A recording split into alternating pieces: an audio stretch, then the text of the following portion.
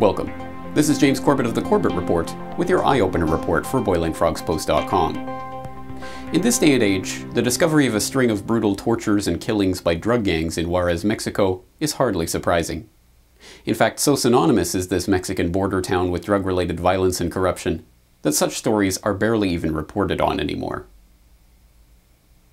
We're getting some new disturbing details tonight about how 3 La Mesa, New Mexico men were murdered after being kidnapped in Juarez.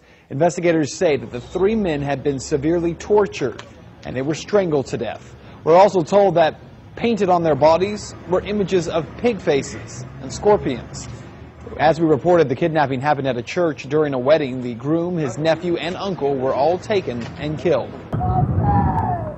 Bodies litter Mexico's Ciudad Juarez. The more than 50 people killed in gun battles between Thursday and Saturday are the latest victims of Mexico's war on drug cartels.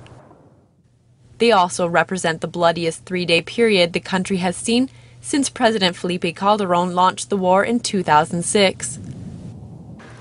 The deaths are yet another devastating blow for the town bordering the U.S., which saw 3,000 residents murdered by drug cartels last year. Kicking and screaming, this teenager with a gunshot wound was rescued after being found dangling from a rope on a busy highway. Another man next to him wasn't so lucky by the time rescuers arrived, and a third was found dead below.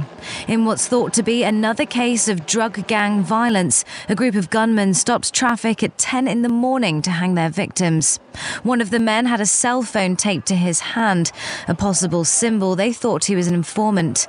Meanwhile, in another attack, 13 people were killed at this drug rehabilitation centre. Centres like this one are a known target for rival drug gangs, as they're often used as a place to recruit members.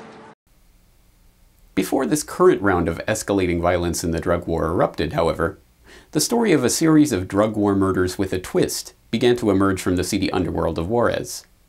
The case was remarkable not for its brutality, involving the torture and slaying of at least 14 people over a period of months, but because it centered on a high-profile U.S. government informant. One of the key participants in this case was a former Mexican highway patrol officer who had managed to infiltrate the infamous Juarez drug cartel. He was working as an informant for the Department of Homeland Security's Immigration and Customs Enforcement Agency, or ICE, even as he was participating in the murder of over a dozen people in a grisly story that has become known as the House of Death scandal. Unbelievably, he participated in these killings with the full knowledge and even the foreknowledge of his ICE handlers.